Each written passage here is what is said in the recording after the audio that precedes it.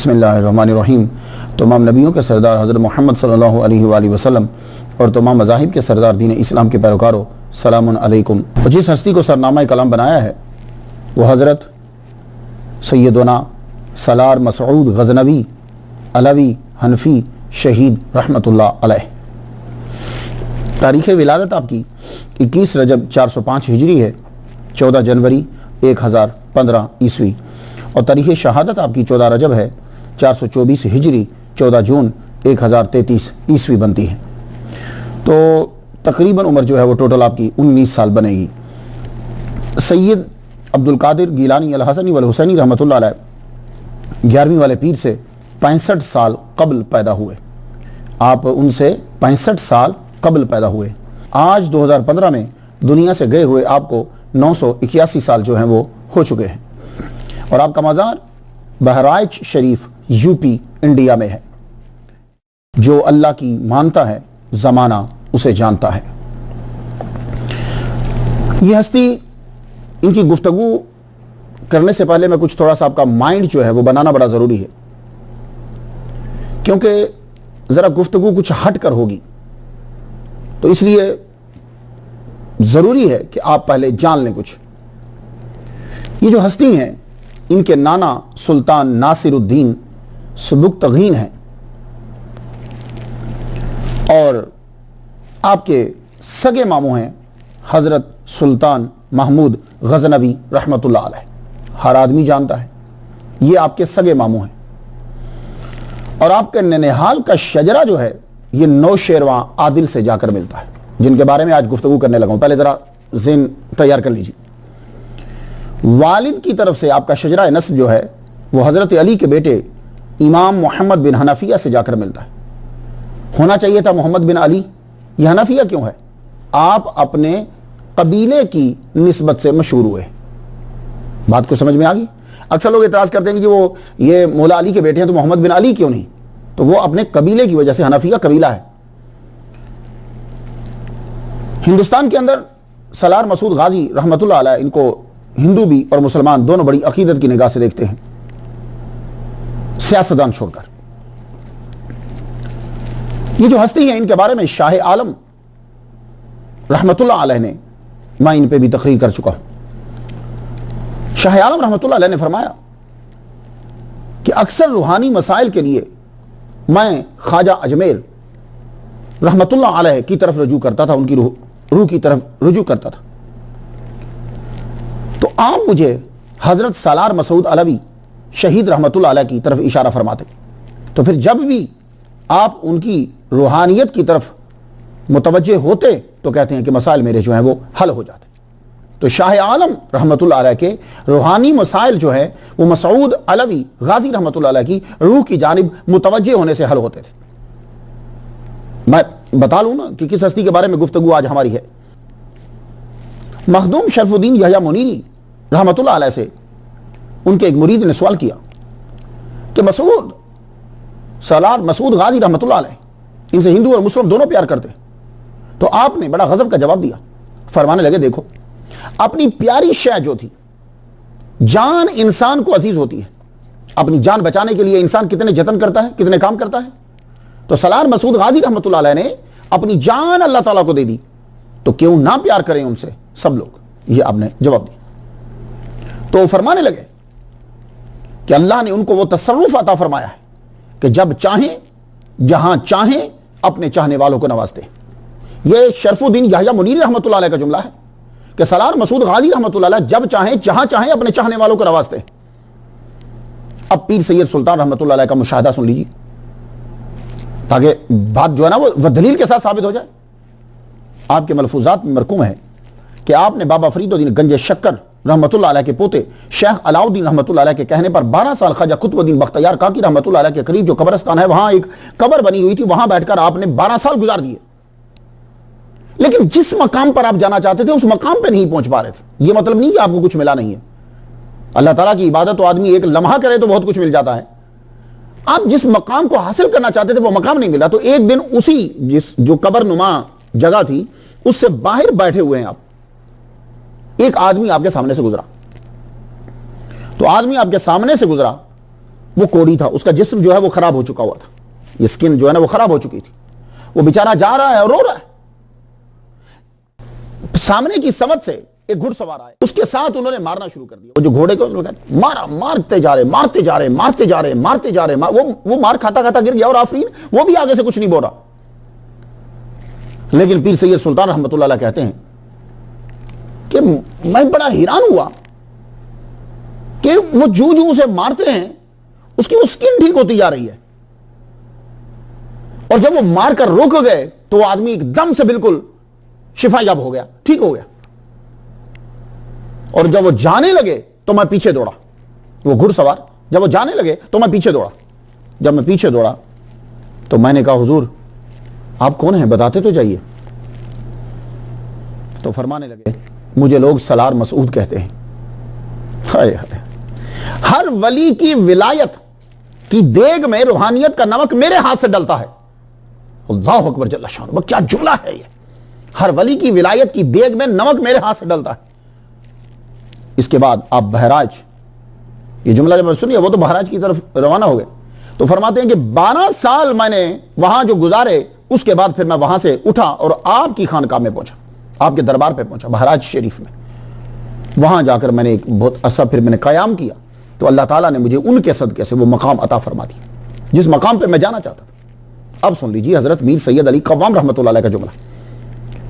आपने अपने खलीफा हजरत शाह मूसा रहमतुल्लाह अलैह को वसीयत फरमाई कि अल्लाह का कुर्ब हासिल करने के लिए सलार मसूद शहीद रहमतुल्लाह की रूहानियत की तरफ तवज्जो करो, इन्हें अपना इमाम जानो, औलिया कराम आपकी रूह से फैज पाते हैं।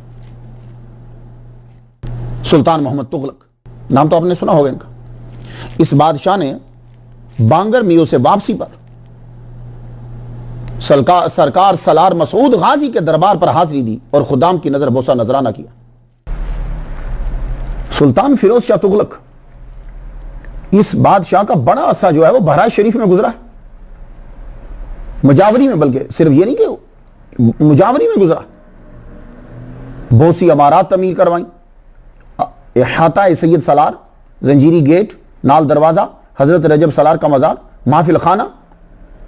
अब इसकी अकीदत की वजह क्या थी? मसला ये कि ये सुल्तान फिरोज शाह तुगलक की अकीदत क्यों थी सलार मसूद गाजी रहमतुल्लाह अलैह से? हुआ ये कि सिंध ठट्टा के अंदर ये किले का मुहासरा किए हुए था, फतह नहीं हो रही थी, मुश्किल बड़ी थी। तो इसकी जोजा ने, उसके सामने किसी ने तस्करा किया, हजरत मसूद सलार गाजी रहमतुल्लाह अलैह का तस्करा किया, करामत बयान करी। तो उसी वक्त इसने अल्लाह ताला से अर्ज किया, अल्लाह ताला अगर तू मुझे फतह अता फरमाता है इस वली कामिल के सदके से, मैं इस वली कामिल के दरबार पर खुद भी जाके तेरे नाम पे तकसीम करूंगी और मैं अपने खामद को भी वहां भेजूंगी। ये इसे आप मन्नत कह लीजिए, जो कह लीजिए, कि यानी मैं तेरे नाम पर वहां जाके तकसीम करूंगी, वहां जो गरीब रहते हैं, और मैं खुद भी हाजिरी दूंगी और इन्हें भी भेजूंगी मुझे जब मौका मिलेगा। ये इसने जब मन्नत मान ली तो अल्लाह ताला ने क्या करम फरमाया, अल्लाह ताला ने करम किया कि 2 दिन बाद अल्लाह ताला ने फतह अता फरमा दी। काफी अरसा गुजरा, काफी अरसा जो है वो गुजरा। यहां मैं एक बात अर्ज करता जाऊं, कुछ लोग ये कहते हैं कि फलां के वसीले से जो है वो दुआ मांगी जाए, तो ये नहीं करना चाहिए, अल्लाह ताला तू कर दे। तो भाई देखिए, ये कोई इस्लाम के खिलाफ नहीं है। हुजूर सल्लल्लाहु अलैहि वसल्लम के वसीला से, हुजूर की आमद से पहले लोग जो है वो फतह मांगा करते थे। वकानु मिन कब्लु यस्तफ्तिहूना अलल्लज़ीना कफरू, कुरान मजीद में है ना। अब ये आयत कोई नहीं पढ़ता, वकानु मिन कब्लु यस्तफ्तिहूना अलल्लज़ीना कफरू। हुजूर सल्लल्लाहु अलैहि वसल्लम के वसीले से माया, अल्लाह जो नबी आने वाला है उसके सदके से हमें फतह दे दे, तो अल्लाह फतह देता था। ये मुशरिकों को अल्लाह ताला ने फतह दे दी थी, किसके सदके से? हजरत मोहम्मद सल्लल्लाहु अलैहि वसल्लम की आमद से 55 दिन कबल ये खाना काबा जो बचा था, क्योंकि इन सारी हुजूर की पूरे खानदान ने गुलाम बन जाना था, तो वो भी तो हुजूर के सदके से हुआ। तो ये सदके से अल्लाह ताला करम फरमाता है। अब फिर देखिए, हजरत उमर रज़ी अल्लाह ताला अन्हु हुजूर सल्लल्लाहु अलैहि वसल्लम के चचा के सदके से दुआ मांगते थे बारिश के लिए। तो ये दुआ जो है वो, तो वसीला और सदका जो होता है, इससे अल्लाह ताला करम फरमाते हैं। आप कुरान मजीद पढ़ लीजिए। अब देखिए, हजरत याकूब अलैहिस्सलाम की आंखों को अल्लाह ताला डायरेक्ट भी ठीक कर सकता था, आप दुआ करते तो डायरेक्ट ठीक हो जाते, लेकिन आपने अपना कुर्ता भेजा, उस कुर्ते के वसीले से जो है अल्लाह ताला ने शिफा अता फरमाई। तो ये सदका और वसीले से अल्लाह ताला करो। क्यों? ये नहीं है कि अल्लाह ताला मजबूर है। अब मसला ये होता है कि लोग एकदम से पीक पे पहुंच जाते हैं। अल्लाह इस बात पे मजबूर नहीं है कि कोई वसीला होगा तो वो शिफा देगा, लेकिन वो अपने बंदों के मकाम को और दर्जे को वाजे करने के लिए वसीले के जरिए से काम कर देता है ताकि मेरे बंदे की इज्जत बढ़ जाए। अब आप देख लीजिए कुरान मजीद के अंदर खुद उसने मेंशन किया है, इज़हाबू बेकमीसी हाजा फालकू अला वजह अबी यात बसीरा, मेरे अब्बा के चेहरे पे जाके डाल देना इज़हाबू बेकमीसी हाजा, ये मेरा जुब्बा, ये मेरी कमीज, ये मेरा शर्ट, ये जाके डाल दीजिए। तो इसी तरह हजरत अय्यूब अलैहिस्सलाम है, अल्लाह ताला वैसे भी तो शिफा देता है ना, अल्लाह ही तो शिफा देता है, लेकिन उरकुद बिरिजलिक हाजा मुख्तसलन बारिदुन व शराब, आप अपनी एड़ी लगाओ और वहां से पानी निकलेगा, उसे पी लीजिएगा। मैं उस जगह पे गया, उस पानी से मैंने वुजू किया, पानी मैंने वो पिया, उरकुद बिरिजलिक हाजा मुख्तसलन बारिदुन व शराब। तो अल्लाह वैसे भी तो शिफा दे सकता है, एड़ी लगवाकर, पानी निकलवाकर, पिलाकर, फिर क्यों शिफा दे रहा? तो ये एक बात याद रखिए प्लीज कि अल्लाह ताला जो है वो अपने बंदों, ये कोई नाउज़बिल्लाह बुत नहीं है, मुशरिक नहीं है, आप इन लोगों से दुश्मनी क्यों कर रहे हो? बुतों से दोस्ती कर रहे हो और उसके दोस्तों से दुश्मनी कर रहे हो, ये क्या किस किस्म का इस्लाम है? तो जब सुल्तान फिरोज शाह तुगलक की जोजा ने यह कहा कि अल्लाह इनके सदके से तू शिफा फतह दे दे, मैं हाजिरी दूंगी और वहां के मस्कीनों को तेरे नाम पे खिलाऊंगी, सवाब उसका जो है वो इनको। तो अल्लाह ताला ने शिफा 2 दिन के बाद दे दी। तो काफी अरसा उसके बाद गुजर गया। आपको पता है जब हम मुश्किल में होते हैं तो हम एक चीज तस्लीम कर लेते हैं कि हम ऐसा करेंगे, बाद में हम भूल जाते हैं। तो सलार मसूद गाजी रहमतुल्लाह अलैह खुद सुल्तान फिरोज शाह तुगलक की ख्वाब में आए। ख्वाब में जब आते हैं तो आपने उसके चेहरे पर हाथ फेरा और हाथ फेरने के बाद कहने लगे कुछ आगे का भी कर लो, बुढ़ापा आ रहा है। तो अब वो हाजिरी के लिए वहां पहुंचा। तो सुल्तान फिरोज शाह तुगलक ने जो मुजावरी इख्तियार की थी वो इस वजह से, वहां जो इतनी तमीरात उसने की। अब एक और मिसाल तो सुनते जाइए। गुफ्तगू आगे बढ़ाने से पहले मैं चाहता हूं कि ताकि एक जहन जो है वो बन जाए, क्योंकि काफी एतराजात आपके माइंड के अंदर उठेंगे। तो मैं ये चाहता हूं कि पहले एक जमीन, हर चीज के लिए मकान बनाने के लिए फाउंडेशन की जरूरत होती है, इसी तरह लेक्चर भी जो है वो एक इमारत होती है। मुफ्ती शाबान अली नईमी बलरामपुरी आप फरमाते हैं 1992 में, ये 1992 का वाकया, 1992 का वाकया है। कहते हैं कि मेरी बेटी मोहम्मद उर्फ खालिदा रिफायत उम्र 5 साल और बेटे मोहम्मद सईद, ये दोनों छत पर खेल रहे थे, मेरे सामने खेल रहे थे, खेलते खेलते गिर गए। छत से ये जब गिरे तो सईद तो ठीक हो गया, 15-20 दिन लगे, उसे अल्लाह ने शिफा दे दी, मगर मेरी बच्ची को रोग लग गया, क्योंकि वो जब गिरी तो उसके सर पर चोट आई। वो रोग क्या लग गया कि वो खेलते खेलते गिर जाती और गिरते ही बेहोश हो जाती, बड़ी देर के बाद उसे होश आता। मैं बहुत परेशान रहने लगा कि डॉक्टर से भी ठीक नहीं हो पा रहे, दवाई से भी नहीं। तो किसी ने सलार मसूद गाजी रहमतुल्लाह अलैह का तज़किरा मेरे सामने किया। तो मैंने फिर अल्लाह ताला की बारगाह में अर्ज की, क्या अल्लाह पाक, मैं वहां फातिहा पढ़ूंगा, जाके मैं हाजिरी दूंगा, उनके सदके से अल्लाह पाक मुझे शिफा अता फरमा दे। तो ये बात याद रखिएगा, शिफा अल्लाह ही देता है। अब वो बीच में गोली हो, वली कामिल हो, पानी हो, कमीज हो, दुआब दहन हो, शर्ट हो, जो भी हो, अगर कोई आदमी दवाई खा रहा है वहां वो एतराज नहीं कर रहा, तो मुझे ये नहीं समझ आती कि वो वली कामिल की वजह से क्यों एतराज कर रहा है। तो अगर सर दर्द की एडविल ले रहे हैं आप, टेनॉल ले रहे हैं आप, दवाई खा रहे हैं आप, तो दवाई वसीला बनी। तो एक आदमी को अगर अल्लाह पाक जो है वो शिफा दे रहा है, तो अब दवाई की जगह पे वो आदमी, वो अल्लाह का वली, वो अल्लाह का दोस्त है, वो महबूब है, उसने जान दी है, वो बीच में आ रहा है, दवाई हट गई है, वो आ गया, तो बात तो एक ही है ना। तो बड़ी ताज्जुब की बात है कि दवाई पर हमारा मुकम्मल यकीन है, वहां शिरक नहीं हो रहा, और अगर एक आदमी बीच में आता है जो अल्लाह का बंदा है, तो हम कहते हैं कि अल्लाह ताला इसके जरिए से शिफा अता फरमा दे। और क्योंकि अल्लाह ताला ने उनसे वादा किया है कि इन सालनी लाउतियन्नाहु, अगर ये मुझसे सवाल करेंगे मैं जवाब जरूर बर जरूर दूंगा। तो जब अब मुफ्ती शाबान अली नईमी बलरामपुरी जो है, जब उन्होंने ये कहा, मुफ्ती है भाई, आम आदमी तो नहीं है, नहीं है, तो फरमाते हैं कि मैं फिर क्या हुआ कि मैं अपनी बेटी को लेकर चला गया। मैं जब वहां पहुंचा, अंदर जब मैं दरबार में दाखिल होने लगा तो किसी के हाथ से तेल गिरा हुआ था, होता ना दिए में डालते हैं, वो तेल गिरा हुआ। तो मेरी बेटी जो है वो उसके ऊपर से फिसल गई, स्लिप हुई। तो स्लिप होते ही, जाते ही गिरी तो सर उसका लगा मसूद सलार गाजी रहमतुल्लाह अलैह की कब्र के ऊपर जाके लगा। वो चोट लगना थी, वो फिर बेहोश हो गई। तो मुफ्ती शाबान अली नईमी बलरामपुरी कहते हैं, कहने लगे, मैं वहीं रोने लग गया। मैंने कहा देखा आपने, बस ये इसी तरह गिरती है, गिर जाती है तो बेहोश हो जाती, आप अल्लाह से दुआ करो ना कि अल्लाह ताला मेरी बेटी को शिफा अता फरमा। तो अब अल्लाह ताला क्या करता है कि अल्लाह ताला उस बंदे के मकाम को बढ़ाना चाहता है।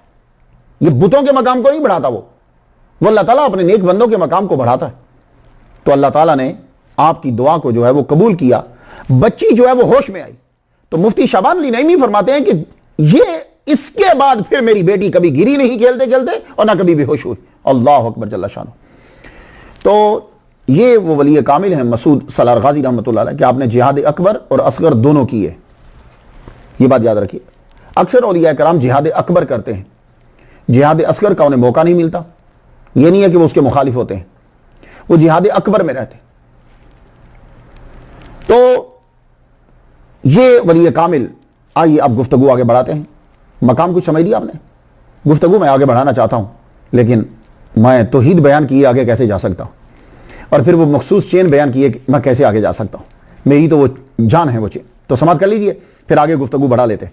इमाम रिज़ा अलैहिस्सलाम बयान करते हैं मूसा काज़िम से, अपने वालिद गिरामी से, और मूसा काज़िम बयान करते हैं इमाम जाफ़र सादिक से, वो बयान करते हैं इमाम अल बाकिर से, वो बयान करते हैं इमाम ज़ैनुल आबिदीन से, वो बयान करते हैं इमाम हुसैन से, वो बयान करते हैं मौला अली से, और उन्होंने हुज़ूर सल्लल्लाहु अलैहि वसल्लम से सुना कि अल्लाह फरमाता है। तो गोया कि आप हदीस कुदसी भी कह सकते हैं, इन्नी अनल्लाह ला इलाहा इल्ला अना फअबुदनी मन जानी मिनकुम बिशहादतिन अल्ला इलाहा इल्लल्लाह बिखलासिन दखल फी हिस्नी व मन दखल फी हिस्नी आमन मिन अज़ाबी। मैं अल्लाह पाक, चूंकि हदीस कुदसी है ना, तो रावी मोहम्मद मुस्तफ़ा सल्लल्लाहु अलैहि वसल्लम है कि मैं मेरे सिवा कोई मबूद नहीं और मेरी ही पूजा करो। मन जानी मिन, जो तुम में से ये गवाही लाता है कि अल्लाह के सिवा कोई मबूद नहीं, और ये गवाही खुलूस के साथ होनी चाहिए, इसमें खुलूस हो, तो वो मेरे कला में दाखिल हो गया, और जो मेरे कला में दाखिल हुआ वो मेरे अजाब से महफूज हो गया। अल्लाह ताला सबको तौहीद पर मोड़ दे। आइए गुफ्तगू आगे बढ़ाते हैं, और हमारी गुफ्तगू का पहला जो इंपॉर्टेंट हिस्सा होता है, आज थोड़ा सा मैंने चेंज किया है, थोड़ा सा चेंज किया है। हमारी गुफ्तगू का जो हिस्सा होता है वो पहले होता है हम नाम पे गुफ्तगू कर लेते हैं। उस नाम के अंदर भी हमें बहुत सारी चीजें मिल जाती हैं, मकाम मिल जाता है, सिफात मिल जाती है। आपके नाम में जो बेहतरीन चीज, पहले जो नई चीज आती है वो सालार है। ये सालार, ये फारसी जुबान का लफ्ज है। इसका माना होता है सरदार, इसका माना होता है अफसर, इसका माना होता है रहनुमा, यानी लीडर भी है, बॉस भी है, और सरदार जो है, सरदार किसी भी माना में आ जाए। तो जहां जहां फारसी बोली जाती है वहां उन लोगों को जो मैदान जंग में डटकर मुकाबला करते थे, वतन और कौम को बचाते थे, उन्हें यह टाइटल दे दिया जाता था। तो यूं समझ लें कि यह सालार जो है यह तमगाए जुरत है, भैया समझ लीजिए।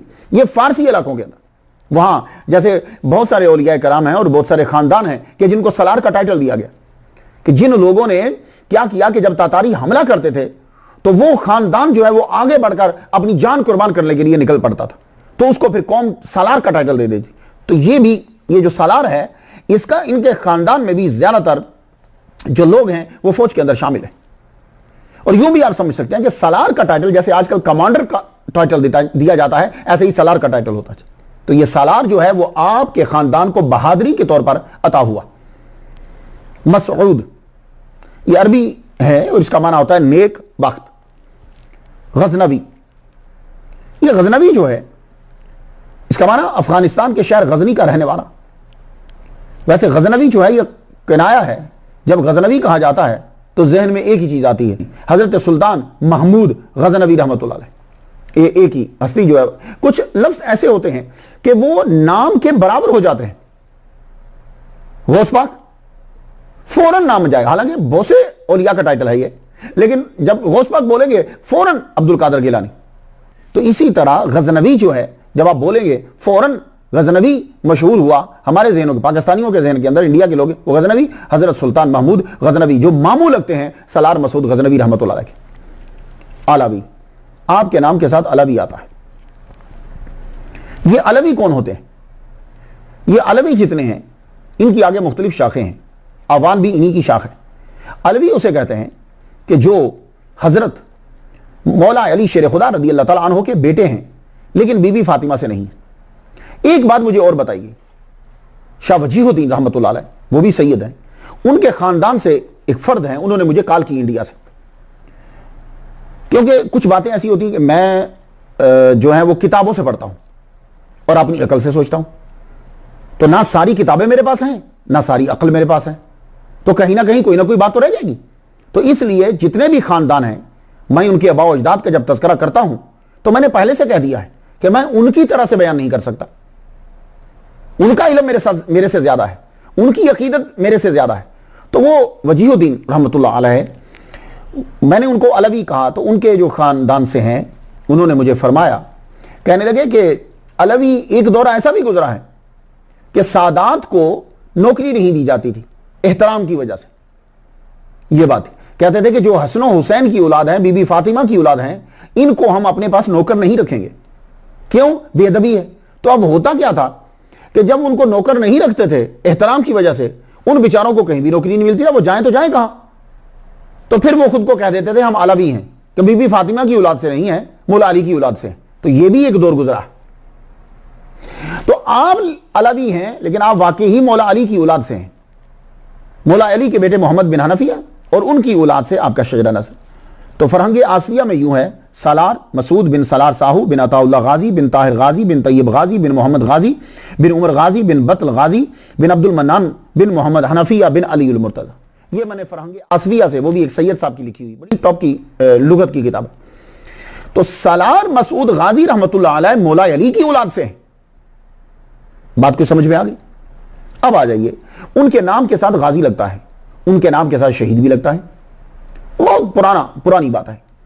मैं लाहौर से अपने घर से तकरीर करने के लिए जाता था, गाड़ी में मैं बैठा तो एक साहब ने पीछे से आवाज दी, भाई ये कैसे हो सकता है कि गाजी इल्म दीन शहीद, गाजी भी है और शहीद भी है, गाजी भी है और शहीद है। तो सेम चीज जो है वो यहां आ रही है। सलार मसूद गाजी शहीद रहमतुल्लाह अलैह, गाजी भी है और शहीद है। ये गाजी कौन होता है? तो गाजी की जमा गुजात आती है, गुजात। ये गजा से बना है। गजवा, गजवा का नाम सुना होगा, गजवा। तो गजवा क्या होता है? वैसे तो डेफिनेशन गजवा की तो ये है, जिस जंग के अंदर हुजूर सल्लल्लाहु अलैहि वसल्लम बनफ्से नफीस शामिल हों, खुद आप मौजूद हों, जैसे बद्र है, उहुद है, इसे गजवा कहते हैं। क्यों? हुजूर जाहिरी तौर पर वहां मौजूद है, लेकिन गजवा का माना जंग होता है। तो अब जो गजवा से कामयाब पलटा, दीन को फैलाने के लिए गया था और कामयाब पलटा, भागा नहीं, कामयाब पलटा, जिंदा वापिस आया, उसे कहते हैं गाजी। और जिसने अपनी जान कुर्बान कर दी, कामयाब वो भी पलटा, लेकिन उसे कहते हैं शहीद। तो गाजी और शहीद दोनों एक साथ हैं। तो गाजी हैं तो फिर शहीद कैसे? शहीद हैं तो फिर गाजी कैसे? तो गाजी जो होता है यह पहला है, शहीद जो है यह आखिरी मर्तबा है। मेरी बात आप समझ रहे हैं? तो ऐसा नहीं है कि जो शहीद होगा जिसके पास आखिरी मर्तबा होगा, जिसने एमए किया वो मैट्रिक नहीं है, वो मैट्रिक का नॉलेज भी रखता है जिसके पास एमए का नॉलेज है। तो सादा लफ्जों में मैं ये बता दूं कि जो गाजी उसे कहते हैं जो मैदान से वापस आ जाए, और शहीद उसे कहते हैं कि जो जिहाद में जान दे दे, अल्लाह के नाम पे कुछ जान कुर्बान कर दे। अब आपको गाजी किस तरह कहते हैं? मुल्तान में हमला हुआ आपके ऊपर, आप कामयाब लौटे। सिंध में आप पर हमला हुआ, वार जंग हुई, आप कामयाब लौटे। सोमनाथ में जंग लड़ी गई, आप कामयाब लौटे। दिल्ली में मार्का हुआ, आप कामयाब लौटे। तो अब इन मार्कों से, जब इन जंगों से आप कामयाब लौटे, तो आपका टाइटल हो गया गाजी। और शहीद इसलिए लिखा जाता है कि आखिरी हमला 21 राजाओं ने मिलकर आप पर किया और बहराइच में आप शहीद हो गए, इसलिए आपको शहीद कहा जाता है। बात कुछ समझ में आ जाएगी? आप अगर जी गाजी हैं तो शहीद कैसे? शहीद हैं तो गाजी नहीं। गाजी लौटे कई हमलों से और आखिरी में जाके शहीद हो गए। और गाजी आपके नाम के साथ एक और वजह भी है कि आपके नाम के साथ गाजी क्यों लगता है, उसकी वो वजह भी मैं आपको बता देता हूं। वो वजह यह है कि जब आप इनका शजरा पढ़ेंगे तो आपको हर नाम के साथ जो है वो गाजी का टाइटल मिल रहा है। अब इसकी कई वजूहात हो सकती हैं। यह भी हो सकता है कि आपके खानदान का हर फर्द मैदान में लड़ा और वापस आया, एक। दूसरी वजह यह हो सकती है कि जब सरबराह को टाइटल मिल जाता है तो वो आगे नस्ल के अंदर भी वो टाइटल चलता आता है, यह भी हो सकती है। लेकिन वो पहली वजह बड़ी मजबूत है कि आपके खानदान का हर फर्द जो है वो मैदान का गाजी है। यह जबरदस्त है, अली की औलाद है भाई। यहां मैं एक बात कर देना चाहता हूं। इंडिया, आज का इंडिया बड़ा अजीम इंडिया है, अखंड भारत, बहुत बड़ी जमहूरियत है इंडिया जो है। इतनी पाकिस्तान ने जमहूरियत में और वतन से मोहब्बत में पाकिस्तान ने इतनी तरक्की नहीं की जितनी इन दोनों चीजों में इंडिया ने तरक्की की। लेकिन मैं एक बात कर देना चाहता हूं, हो सकता है कि सलार मसूद गाजी रहमतुल्लाह अलैह की तकरीर को सुनते हुए कुछ बंदे जो हैं वो इंडिया के इख्तलाफ करें, ज्यादातर सियासतदानी करेंगे। लेकिन इस जिम्मन में मैं ये बात करना चाहता हूं कि वो जब महमूद गजनवी रहमतुल्लाह अलैह या उनके साथियों का नाम सुनते हैं तो गुस्से में आ जाते हैं। तो मैं अर्ज करना चाहूंगा कि आज के इंडिया में और उस दौर के हिंदुस्तान के अंदर बड़ा फर्क है। उस दौर का जो हिंदुस्तान था वो आज के दौर जैसा तरक्की याफ्ता नहीं था।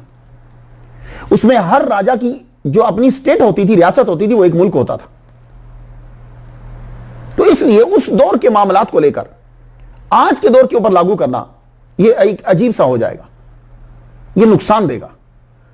मैं इतनी अथॉरिटी तो नहीं रखता कि मैं सियासत के ऊपर गुफ्तगू करूं, लेकिन मैं यह बताना चाहता हूं इसको सब लोग तस्लीम करेंगे कि आज के हिंदुस्तान में आज का तरक्की याफ्ता दुनिया की बहुत बड़ी जमहूरियत, और अगर ये इसलिए एतराज करें किसी बंदे के ऊपर कि फलां ने हमारे ऊपर हमला किया है, तो फिर तो इंडिया के ऊपर कई लोगों ने हमला किया है, बल्कि हमले पे हमले होते रहे। खुद राजाओं ने एक दूसरे राजा के ऊपर हमला किया है। अंग्रेज दौर के अंदर देख लीजिए, अंग्रेजों ने जब हमला किया तो कई रियासतों ने अंग्रेजों का साथ देकर दूसरों पर, राज्यों पर हमला किया। तो क्या उसके अंदर हिंदू लोग नहीं मरे? उसके अंदर भी हिंदू लोग मरे। तो आज की जो अजीम जमहूरियत है हिंदुस्तान, इंडिया जो है, वो पुराने दौर में ऐसा नहीं था। पुराने दौर में जो राजा है वो एक मुल्क है, अब उसकी मर्जी है कि वह दूसरे से इल्हाक करे ना करे। लेकिन आज की जो जमहूरियत है उसका और है। तो आज की जमहूरियत को लेकर उस दौर में अगर आप वापस चले जाएं, वो जब राजाओं की हुकूमत होती थी, तो यह बड़ा मसला बन जाएगा। इसलिए कि हिंदुस्तान के अंदर मुसलमान और सारी कौमें बड़ी इकट्ठी होकर रह रही हैं। तो सुल्तान महमूद गजनवी रहमतुल्लाह अलैह ने जो इंडिया पर हमला किया है, मैं एक गुजारिश कर देना चाहूंगा, तारीख क्या कहती है या आम लोग क्या कहते हैं, मैं असल चीज आपको बता देना चाहता हूं कि सुल्तान महमूद गजनवी रहमतुल्लाह अलैह ने इंडिया पर पहले हमला नहीं किया ना, उन्होंने पहले हमला नहीं किया।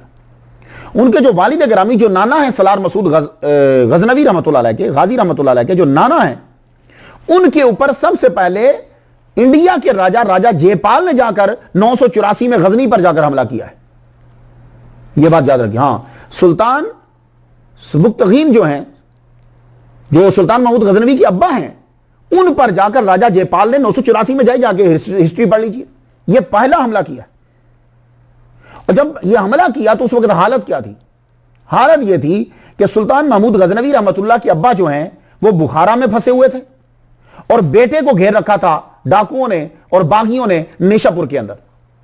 तो यानी बेटा सुल्तान महमूद गजनवी नेशापुर में फंसे हुए हैं और बुखारा में उनके अब्बा फंसे हुए हैं, और यहां से इंडिया से राजा जयपाल ने हुकूमत हमला कर दिया गजनी में जाकर। अब उनको बुखारा छोड़कर, वो जंग छोड़कर वापस पलटना पड़ा अपनी सल्तनत को बचाने के लिए। यह पहला हमला है। अब आप बता दीजिए, फैसला आपके हाथ छोड़ता हूं मैं। लेकिन फिर भी सुल्तान महमूद गजनवी रहमतुल्लाह के अब्बा ने फिर भी मुसलमानों वाला काम किया। वो क्या काम किया कि बावजूद इस बात के कि राजा जयपाल हार गया, गिरफ्तार हुआ, आपने छोड़ दिया, उसको छोड़ दिया, कहा जाओ ठीक है, जाओ चले जाओ। लेकिन उसने रिहाई पाने के बाद फिर राजाओं को मिलाकर दूसरी बार फिर हमला कर दिया। अब पहले तारीख को सुनते जाइए प्लीज। दूसरी बार फिर हमला कर दिया। जब दूसरी बार हमला करा है तो अब की बार सुल्तान महमूद गजनवी रहमतुल्लाह अलैह के अब्बा ने पेशावर को कब्जे में ले लिया। कहा कि यह पेशावर एक ऐसी जगह है कि जहां ये बैठकर मंसूबे बनाते हैं, तो पेशावर में मेरा कब्जा होगा, मेरा गवर्नर होगा, तो ये मेरे मुल्क में दाखिल नहीं होंगे, यही मसला हल हो जाएगा। तो ये दूसरी बार में, और उस बार फिर राजा जयपाल को छोड़ दिया। ये जरा सोचते, राजा जयपाल को दूसरी बार फिर छोड़ दिया सुल्तान महमूद गजनवी रहमतुल्लाह के अब्बा ने। लेकिन इस अब की बार जब छोड़ा तो अब की बार यह कहा था कि तुम बाजगुजार बनोगे, तुम ये चीजें तुम्हें अदा करना पड़ेंगी, आइंदा तुम हमला नहीं करोगे, तुम अपने मुल्क में रहो, यहां से आगे मत बढ़ना। देखो ये दूसरी बार तुमने किया। लेकिन अब वो मानने के बाद फिर चला गया। तो आप जानते हैं कि दूसरी बार जो उसने हमला किया था, जब सुल्तान महमूद गजनवी के वालिद ने छोड़ दिया, दूसरी बार राजाओं को मिलाकर 3 लाख प्यादों का लश्कर सवार छोड़कर, और सलार मसूद गजनवी के पास टोटल जो है वो 60,000 फौज थी। अब 3 लाख से ज्यादा फौज के साथ 60,000 की फौज जो है वो दिफा कर रही है। ये चीज मद्देनजर नहीं है। तो राजा जयपाल ने 3 लाख की फौज के साथ दूसरी मर्तबा हमला की, लेकिन आपकी बार फिर छोड़ दिया। तीसरी बार फिर इसने हमला कर दिया, 1001 में जाकर हमला किया, पेशावर में जाकर। अब सुल्तान महमूद गजनवी के पास 10,000 टोटल है, इतनी फौज। अब जब हमला किया है तो राजा 5,000 लाशें छोड़कर गया। अब मगर महमूद गजनवी रहमतुल्लाह अलैह ने तीसरी मर्तबा फिर राजा जयपाल को छोड़ दिया, गिरफ्तार करने के बावजूद छोड़ दिया। तो कहा कि अब तुम जाओ। अब ये वापस जब आया तो वापस आकर इसने आग में कूद कर खुदकुशी कर ली और अपने बेटे राजा आनंदपाल को जो है वो अपना नायब बना दिया। लेकिन पूरी इंडिया के अंदर सुल्तान महमूद गजनवी के खिलाफ नफरत जो है ये बखेर गया। तो मैं अर्ज करना चाहता हूं, अगर कोई साहब सुन रहे हो, वैसे तो डिस्कस करनी ही नहीं चाहिए, लेकिन मैं अर्ज ये करना चाहता हूं कि सुल्तान महमूद गजनवी रहमतुल्लाह अलैह का नाम सुनते ही या उनके खानदान का नाम सुनते ही लोग ये समझते हैं कि सुल्तान महमूद गजनवी जो है वो उसने सोते हुए उठकर इंडिया पर हमला कर दिया। नहीं, सुल्तान महमूद गजनवी पर 3 मरतबा पहले हमला हुआ, 3 लाख प्यादा फौज के साथ हमला हुआ है। दूसरी मरतबा, पहले हमला हुआ छोड़ दिया, दूसरी मरतबा हमला किया राजा जयपाल को छोड़ दिया, तीसरी मरतबा उसने हमला किया राजा जयपाल को छोड़ दिया, 3 मरतबा छोड़ दिया। लेकिन राजा जयपाल ने मरती दफा खुद को आग में जलाकर नफरत पैदा कर दी पूरी इंडिया के अंदर, राजाओं के अंदर, और कहा कि इसे मारो, अगर तुम इसको नहीं मारोगे तो फिर तुम लोग तबाह हो जाओगे। तो अब राजा जो थे, उस वक्त राजाओं का मरकज होता था गुजरात सोमनाथ का जो मंदिर है। आपकी समझ में बात आ गई है? तो सुल्तान महमूद गजनवी रहमतुल्लाह अलैह ने इंडिया पर पहले हमला नहीं किया, उसके ऊपर 3 मरतबा हमला हुआ है। तो जब 3 मरतबा हमला हो गया तो अब सुल्तान महमूद गजनवी ने अपनी सल्तनत को बचाने के लिए उस जानिब हमले किए कि जहां राजा बैठकर मीटिंग किया करते थे। तो इसलिए हमें उस दौर की बात को खींचकर यहां नहीं लाना चाहिए। आज का जो इंडिया है वो एक बहुत बड़ी, दुनिया की बहुत बड़ी जमहूरियत है।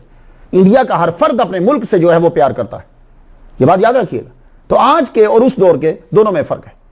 तो वो राजाओं ने जो गलती की, जो किया है, वो अब आज हम नहीं थोपेंगे। लेकिन अब हम देखना चाहते हैं कि सलार मसूद गजनवी रहमतुल्लाह अलैह, हर वली किसी ना किसी नबी के कल्ब पर होता है, ये बात याद रखिए। तो सलार मसूद गाजी रहमतुल्लाह अलैह ये हजरत सुलेमान अलैहिस्सलाम के कल्ब पर है, हजरत दाऊद अलैहिस्सलाम के कल्ब पर है, ये हजरत यूशा बिन नून के कल्ब पर है, ये हजरत मूसा अलैहिस्सलाम के कल्ब पर है। इन्होंने जिहाद अकबर और जिहाद असगर दोनों किए और फिर जिंदगी का सबसे आला मर्तबा शहादत जो है वो आपने हासिल कर ली। वैसे तो वली बनता ही वो है कि जो मरने से पहले मर जाता है। मूतू क़ब्ल अन तमूतू, मरने से पहले मर जाओ। वली मर जाता है, मरने के बाद वली बनता है। लेकिन वो मूतू क़ब्ल अन तमूतू, वो जिहाद अकबर है कि जो आदमी, इंसान खुद से लड़ता है, अपने आप से लड़ता रहता है, हर लम्हे लड़ता है, तलवार उठाए रखता है तौहीद की और उसको मारता रहता है। वो नफ्स को उभरने नहीं देता, शैतान को उभरने नहीं देता, उसके वसवसों को चलने नहीं देता, शैतान के लश्करों के साथ लड़ता रहता है। वो ये जिहाद अकबर होता है, यानी नमाज पढ़ना। तो जिहाद असगर क्या होता है? वो ये होता है कि जब हमला आदमी पर कर दिया जाए, उसकी जिंदगी को मुश्किल बना दिया जाए, तो वो दिफा के लिए उठाता है, उसे कहते हैं जिहाद असगर।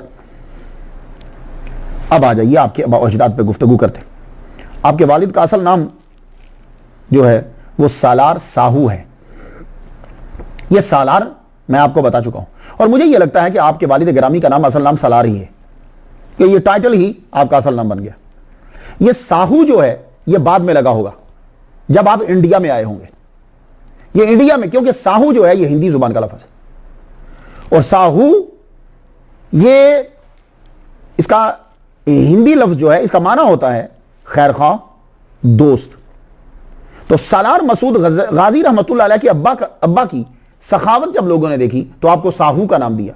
जब आपकी खैरखाई देखी लोगों के साथ तो आपको साहू का टाइटल दे दिया। तो मशहूर हो गया किताबों के अंदर सालार साहू रहमतुल्लाह अलैह। ये आपके वालिद गिरामी है। तो सालार साहू गजनवी रहमतुल्लाह अलैह, आप अपनी बात बहादुरी की वजह से मशहूर हुए। तुर्क थे आप लोग, आपका खानदान तुर्की। तो आपकी रसाई हो गई सुल्तान महमूद गजनवी रहमतुल्लाह के दरबार तक, और आपकी बहादुरी मशहूर हुई। आपको बहुत बड़ा आला ओहदा दिया गया। आपकी पारसाई को देखकर सुल्तान महमूद गजनवी रहमतुल्लाह अलैह ने अपनी बहन सतरे मुअल्ला का निकाह जो है वो इनके साथ कर दिया। तो सतरे मुअल्ला का निकाह जब इनके साथ कर दिया, ये सितर नहीं है, ये सीन के ऊपर जबर है, सतरे मुअल्ला का निकाह जो है वो इनके साथ जब कर दिया, अब दरबार में बैठने लगे। जाहिर है सुल्तान महमूद गजनवी रहमतुल्लाह के रिश्तेदार हैं, दरबार में बैठने लगे। तो एक दिन दरबार लगा हुआ है, 4 आदमी हाजिर हुए। 4 आदमी आकर कहने लगे, बड़ी ऐसे जैसे कि वो तेज रफ्तारी के साथ आए कि बगैर रास्ते में क़याम किए सफर करते रहे। आते ही कहने लगे कि हम अजमेर से आए, आपके गवर्नर मुजफ्फर खान जो है उसको राय सोमकरन ने घेर लिया है, तो आपसे मदद चाहिए। आपने कहा अच्छा। तो अजमेर के अंदर आपका गवर्नर है, उस गवर्नर को घेर लिया राय सोमकरन ने। तो क्या कहती है सियासत और क्या कहता है ला? हिफाजत करनी चाहिए। देखिए, मैं आज के इंडिया में रहते हुए आप गुफ्तगू मत कीजिए, उस दौर में चलिए जब 1001 है। आज क्या जा रही है? आज 2015 है। तो मैं 1001 में जाकर गुफ्तगू कीजिएगा। आज का एक अजीम इंडिया है, अजीम जमहूरियत है, तब अजीम जमहूरियत नहीं थी। तो मुजफ्फर खान का जो आपका गवर्नर है उसको राय सोमकरन ने घेर लिया। जब घेर लिया तो आगे जरा समात कीजिए। मौलाना हजरत अल्लामा मोहम्मद अताउल मुस्तफ़ा हबीबी कादरी ने जून 2004 में बहुत जबरदस्त जो है वो किताब लिखी है। शायद ही कम ही इसका गाजी नंबर हो, किसी और ने लिखा हो। आपने बड़ा जबरदस्त लिखा है, इलाहाबाद से छपवाया इन्होंने, जबरदस्त है। ये स्कॉलर भी हैं, राइटर भी गजब के हैं। ये लिखते हैं कि उस वक्त महमूद गजनवी रहमतुल्लाह अलैह ने अपने बहनोई हजरत सलार साहू रहमतुल्लाह को 7000 का लश्कर देकर रवाना कर दिया अजमेर की तरफ कि जाओ जाकर गवर्नर की हिफाजत करो, उसकी मदद करो। तो आप उस वक्त जो राउट होता था ना, जिसको रूट को आप कहते हैं, राउट जो होता था वो ये होता था कि ये पेशावर से जब आते थे ना तो ये लाहौर क्रॉस करते मुल्तान, मुल्तान सिंध ठट्टा, फिर उसके बाद एंटर होते थे। तो आप मुल्तान आए, ठट्टा के रास्ते से अजमेर पहुंचे। ऐसा हमला किया कि राय भेरों और राय सोमकरन भाग निकले।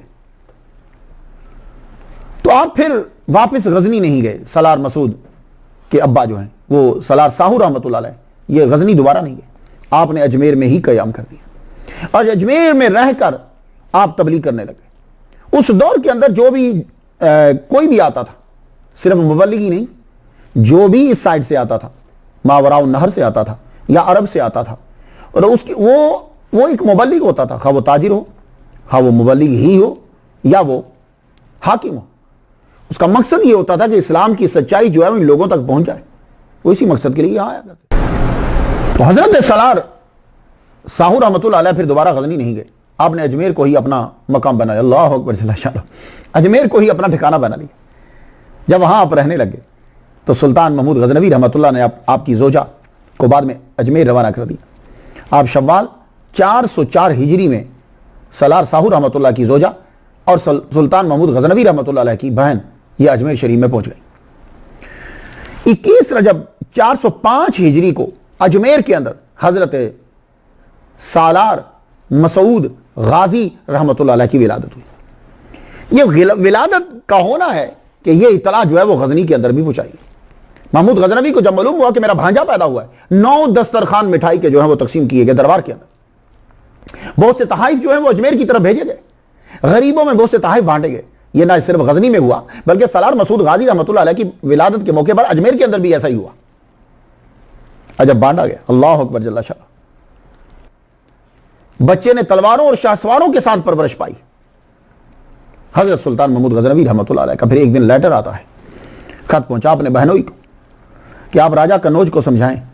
ये डबल एन भी आता है लेकिन आम प्रोनाउंसिएशन एक ही एन बोल जाते हैं, नून, कन्नौज। कन्नौज को समझाएं वो साजिशों से बाज आए, वरना हम खुद आते हैं उसे रोकने के लिए। उसको छोटों की बात जो है वो समझ में नहीं आई। तो महमूद गजनवी फिर खुद तशरीफ लाए, सलार मसूद गाजी के वालिद और गवर्नर मुजफ्फर खान को साथ लिया और कन्नौज के किले को सर कर लिया। महमूद गजनवी वहां पे जाने लगे तो सलार साहू रहमतुल्लाह अलैह बोले मैं भी साथ चलता हूं, मुझे गजनी जाना है। आपने फरमानी आप यहां रहो और तबलीग करो। तो अजमेर में ही आपका जो है वो क़याम रहा।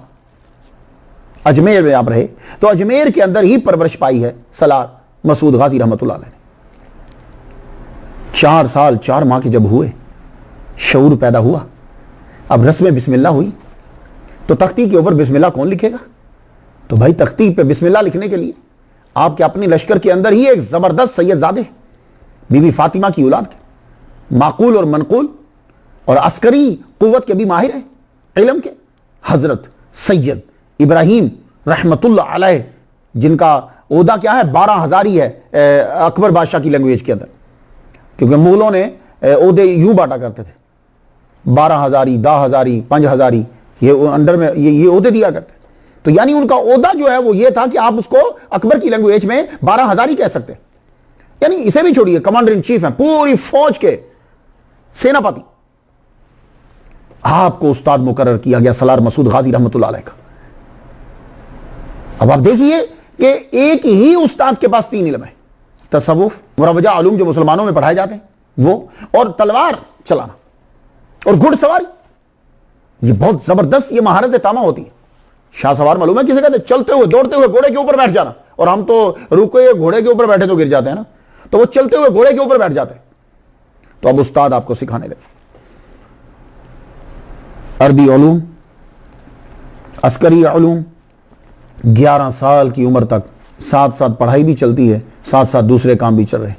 पुराने दौर में क्या होता था, आज के तो ये है कि पढ़ाई अलग चीज़ है, अमल अलग चीज़ है, लेकिन वहाँ क्या होता था, वहाँ पढ़ाई और अमल साथ साथ चलते थे।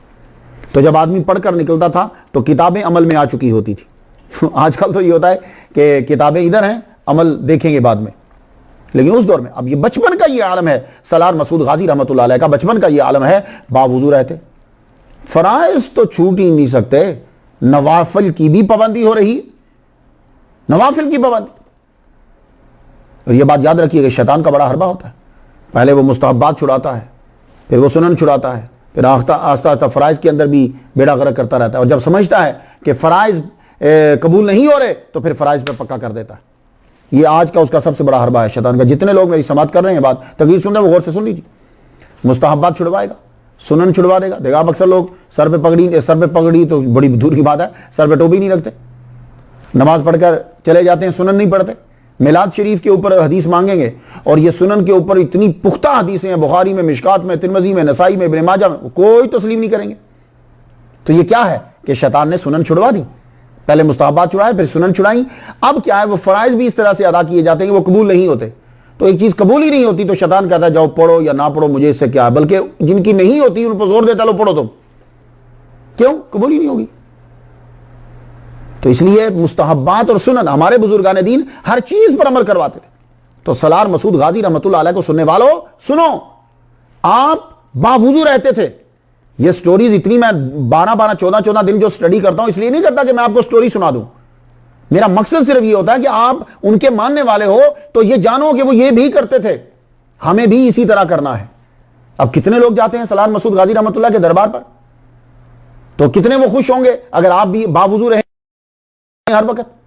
कितने खुश होंगे सलार मसूद गाजी अपने चाहने वालों से अगर वो फराइज़ की पाबंदी करें, अगर वो नवाफिल की पाबंदी करें। नवाफिल में तहज्जुद है, इशराक है, चाश्त है।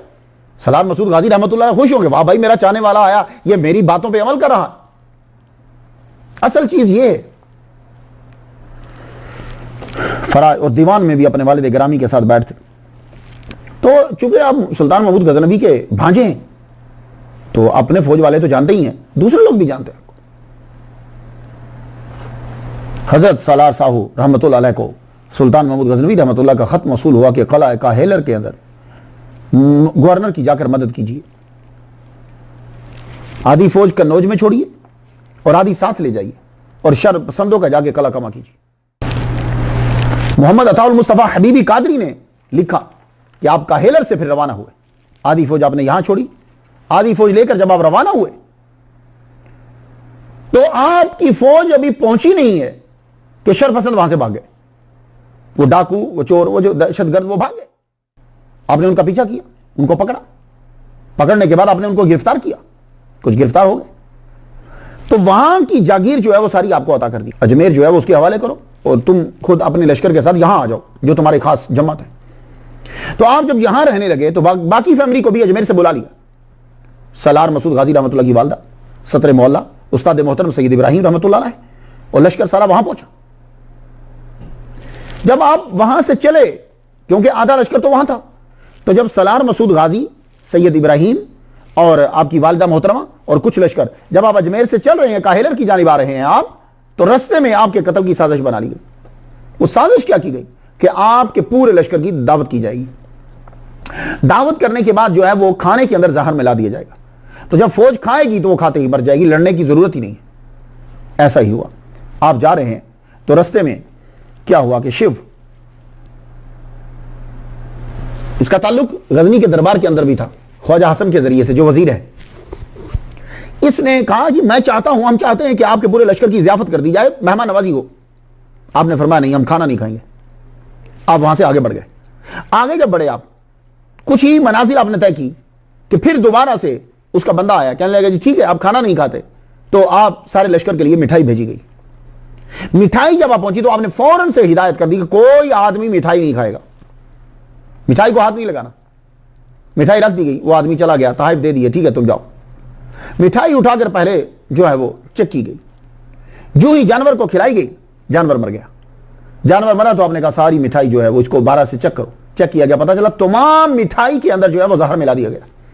आपने कहा फौरन शिव को तलाश करो, ये शिवकन कहां है, पकड़ो इसे। पता चला रावल के अंदर है। रावल को घेरे में ले लिया गया। चाहिए तो यह था कि अपनी गलती को तस्लीम करता और माफी मांगता, लेकिन मुकाबले पे आ गया। जब मुकाबले पे आया तो गिरफ्तार हो गया, हार गया। एक वली कामिल को तबाह करना चाहता है तो कैसे जीतेगा। तो कब्जे में जब आ गया, कब्जे में आया तो चूंकि बड़ा मसला था तो गजनी के अंदर पूरी रिपोर्ट मुसलसल भेज दी गई। तो सलार मसूद गाजी रहमतुल्लाह अलैह खुद काहिलर की तरफ बढ़े और वहां आपका शानदार इस्तकबाल किया गया, क्योंकि आपके वालिद गिरामी तो पहले से ही वहीं थे।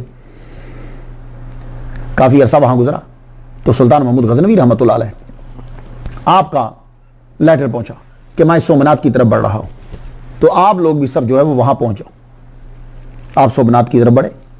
अब जब से कभी सोमनाथ का और सुल्तान महमूद गजनवी रहमतुल्लाह अलैह का हवाला नाम लिया जाता है तो मैं आज के अखंड भारत और अजीम जमहूरियत के लोगों से मैं ये कहना चाहता हूं कि पहले जरा सोच लो, क्योंकि आज की भी अखबारों में आते रहते हैं जो सियासतदान है ना, वो सियासत इस तरह चमकाते हैं। नहीं भाई, ऐसा नहीं करो। उस दौर की और हालत थी और आज के दौर की। आज 2015 जा रहा है, वो 1001 था, 1026 के करीब था। तो वो 1026 है, ये 2015 है, तो बड़ा फर्क है ना भाई, बीच में कितने सैकड़ों साल हैं। तो वो तमाम राजा जो थे जिन्होंने 3 बार पहले 3 लाख फौज के साथ हमला किया था गजनी के ऊपर, अब उन्होंने सब लोगों को, सारी माओं को, बच्चों को, सबको ये कहा घर में एक एक बंदा सिर्फ छोड़ो, अपने जेवरात सबके सब जो है वो दे दो। भाई ये तबलीग चल रही थी ताकि इसको तबाह कर दिया जाए। तो यहां सारे राजा जो है वो इकट्ठे होते थे, ये दोबारा हमला होना था, इसलिए सुल्तान महमूद गजनवी ने बाद में हमला किया। तो ये नहीं है कि वो सोए हुए थे और उठ के और एकदम से जाकर उन्होंने सोमनाथ के ऊपर जो है वो हमला कर दिया, नहीं। इसलिए प्लीज पीछे की तारीख को जरा पढ़ लीजिए। तो सुल्तान महमूद गजनवी जो है, इन्होंने ये कहा कि आप भी वहां पहुंचो, क्योंकि ये सारे राजाओं का मरकज है और ये सब राजा मिलकर गजनी की सल्तनत को तबाह करना चाहते हैं। तो मैं चाहता हूं कि मैं इन्हीं के पास पहुंचूं। तो सलार साहू अपनी फौज लेकर वहां पहुंचे। वहां 1026 में ईस्वी में, उस वक्त इनकी उम्र, सलार मसूद गाजी की उम्र जो है वो 11 साल थी। भीमा देव भाग गया और आपने मसूद गजनवी रहमतुल्लाह अलैह को साथ रखा। उसके बाद आप वापस गजनी चले गए। तो ये मसूद गजनवी रहमतुल्लाह अलैह जो है, गाजी रहमतुल्लाह अलैह जो है, ये आपके साथ रहे गजनी। वहां कुछ अरसा कयाम किया। कयाम करने के बाद गजनी से फिर दोबारा आपने कहा कि जाओ अब काहिलर, आप तुम चले जाओ वापस, जहां तुम्हारे वालिद गिरामी है वहां चले जाओ। तो सलार मसूद गजनवी गाजी कुछ अरसा गजनी मामू के पास रहने के बाद वापस इंडिया आ गए। साथ 2 हाथी हैं, चंद इराकी घोड़े हैं और सैकड़ों फौजी और भेज दिए। अब अपने वालिद गिरामी के पास काहिलर पहुंचे। एक रोज अपने वालिद गिरामी से अर्ज करने लगे, अब्बा हुजूर आप मुझे इजाजत दे दीजिए कि मैं तबलीग के लिए निकल जाऊं, तबलीग के लिए उन इलाकों में जाऊं कि जिन इलाकों के ऊपर महमूद गजनवी मेरे मामू की जो है वो हुकूमत है। वहां जाकर मैं उन्हें इस्लाम के बारे में बताऊं, क्योंकि सिर्फ ला इलाहा इल्लल्लाह मोहम्मद रसूलुल्लाह कबूल कर लेना या बादशाह का मुसलमान हो जाना यह काफी नहीं होता, कि जब तक कि तबलीग आगे ना की जाए। तो मुझे इजाजत दे दीजिए, मैं इन इलाकों में जाता हूं। तो उस दौर में क्या था, यह लाहौर का पूरा इलाका कागजी तौर पर, कागजों के अंदर, यह सुल्तान महमूद गजनवी के अंडर था। मुल्तान का इलाका जो है यह सुल्तान महमूद गजनवी के अंडर था। अजमेर का इलाका जो है यह सुल्तान महमूद गजनवी के अंदर था। इसके अलावा बहुत सी छोटी छोटी कले जो थे, ये कले ही तो रियासत होते थे, ये कले जो हैं वो अतात कबूल कर चुके थे। तो उनका मैं वहां जाता हूं, मैं तबलीग करता हूं, जो मैंने अपने उस्ताद से सीखा मैं आगे फैलाऊं। लेकिन आपके वालिद गिरामी सलार साहू रहमतुल्लाह अलैह कहने लगे नहीं बेटे अकेले नहीं जाओगे, तुम अकेले नहीं जाओ, तुम अपने साथ कुछ बंदे लेकर जाओ। कहा बंदों की जरूरत क्या है, मुझे मुल्तान, सिंध, दिल्ली, लाहौर इन्हीं राजाओं ने तो आजाद की है, मैं जाऊंगा। लाहौर का सबसे बड़ा राजा आनंदपाल है, वो राजा जयपाल का बेटा है। तो राजा जयपाल ने तो 2 दफा आजाद कबूल की है, तो अब भी वो कागजी तौर पर बाजगुजार, हुकूमत तो अपने मामू की है। कहने लगे नहीं बेटे बात तो ठीक है, लेकिन खतरा फिर भी है, हो सकता है कि तुम्हारे ऊपर हमला किया जाए और तुम्हें तबलीग ना करने दी जाए। क्यों? इसलिए कि जो बादशाह मुगल दौर में आए हैं या सुल्तान शमसुद्दीन अल्तमुश के दौर से आए हैं या बाद में आए हैं, उस दौर में बात और थी। उस दौर में लोग फेमिलियर थे, उस दौर में इस्लाम की ताकत का और था। लेकिन जब सुल्तान महमूद गजनवी रहमतुल्लाह अलैह ने यहां इस्लाम की तबलीग के लिए लोग भेजे हैं, या जो सलार मसूद गाजी रहमतुल्लाह का दौर था, वो दौर अजीब और है। ये इसी तरह समझ लीजिए कि जो मक्के का दौर है तबलीग करने का और जो मदीने का दौर है, मुखालफत तो दोनों जगह पे है, लेकिन दोनों दौर में अदवार में फर्क है। तो सलार मसूद गाजी रहमतुल्लाह अलैह से ये कहा कि बेटे तुम ले जाओ, इसका फायदा ये होगा, इसका फायदा मैं तुम्हें बताता हूं कि जब तुम्हारे साथ आदमी होंगे तो इनकी भी तरबियत होती रहेगी, ये फौज जो है इनकी भी तरबियत होती रहेगी, और दूसरे लोग नफ्सियाती तौर पर आपके पास आएंगे और आपके चाहने वालों के लिए लश्कर जो है वो मुहाफिज होगा। मैंने कहा ठीक है अब्बा हुजूर, आप कहते हैं तो चल पड़े, लेकिन मैं तो ये चाहता था कि मैं अकेला निकलता और मैं ये तबलीग करता, लेकिन वालिद गिरामी की दूरअंदेशी ने काम दिखाया। अब ये जो बंदे साथ चल रहे हैं, जितने आदमी होते हैं उनकी खुराक का बंदोबस्त तो करना होता है ना, खुराक कहां से आएगी? ये इतने लश्कर का, ये जो हजारों का लश्कर है, इसको कहां से खाना देंगे? आप रास्ते में जा रहे हैं तो शिकार के लिए आपने अपने बाज को छोड़ा। बाज को जब छोड़ा तो बाज का तरीका क्या होता है कि बाज सीधा लपकता है शिकार की जानिब। वो बाज लपकने के बजाय दरख्त पे जाकर बैठ गया। वो दरख्त पे जाकर बैठा, आप उसके पीछे गए। आप सोचने लग गए कि इसका जो काम है ये वो नहीं कर रहा, ये दरख्त के ऊपर जाकर क्यों बैठ गया है? तो आप सोचने लगे, उस दरख्त के गिर्द घूमे। घूमने के बाद आपने ये कहा, सलार मसूद गाजी रहमतुल्लाह अलैह ये कहने लगे इस दरख्त को खोदो। जब उसके अतराफ में खोदा गया तो नीचे से बेशुमार सोने का खजाना निकला। फरमाने लगे वाह, ये अल्लाह ताला ने तुम्हारी मदद की है, चलो निकालो इसे और फौज के अंदर तकसीम कर दो। अगले कई माह की तनख्वाहें जो है वो पहले से इन्हें दे दो। तो कई माह की तनख्वाहें जो है वो इनको पहले से दे दी, क्योंकि वली में और आम आदमी में बड़ा फर्क होता है। वली दूसरे दिन का भी नहीं सोचता, लेकिन दूसरे लोगों के लिए देना पड़ता। छप दिया और कहा बाकी वापस कर दो। वापस करने के बाद आपको रास्ते में जो भी गरीब आदमी मिलता, कोई झोंपड़ी वाला मिलता, वो भूखा मिलता, कोई आदमी मदद वाला मिलता, आप उसकी मदद उसी खजाने से करते चले जाते। आप अल्लाह ताला ने आपकी जो है वो ये मदद की। आप चलते चलते तबलीग करते करते आप सिंध में पहुंच गए। अब सिंध का इलाका जो है वो भी इलाका इन्हीं के अंडर आता था। सिंध जब पहुंचे तो राय अर्जुन ने बिला वजह हमला कर दिया।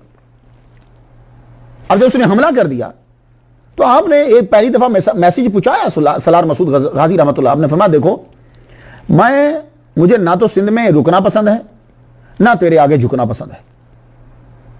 ना तो सिंध में रुकना पसंद है, ना तेरे आगे झुकना पसंद है। मेरा मकसद सल्तनतें हासिल करना नहीं है, मैं तो उन्हीं इलाकों में फिर रहा हूं जो इलाके पहले से मेरे मामू के हैं। मुझे तबलीग करना है, लोगों को बताना है कि अगर तुमने इस्लाम का नाम सुना है तो इस्लाम असल में है क्या, क्योंकि मुखालिफ प्रोपेगेंडा बहुत ज्यादा है, मुझे उसके बारे में बतलाना है।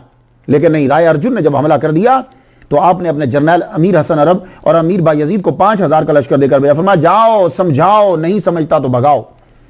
वही हुआ, ना समझा फिर भगाया, माल छोड़ कर गया। आपने जाने दिया, आपने मारा नहीं। आपने फरमाया जाने दो, हमारा मकसद मारना नहीं है, वो माल जो है वो लेकर तकसीम कर दो। और हमें चूंकि क्रॉस करना है, मुल्तान पहुंचना है, तो ये दरिया इंडस जो है ये हमें क्रॉस करना है, तो इसलिए ये दरिया क्रॉस करने के लिए कश्तियां जो है वो बनवाई जाए इसी खर्चे से। तो कश्तियां बनवाने के लिए लोगों को आपने कुछ देर कयाम किया, दरिया जो है वो क्रॉस किया।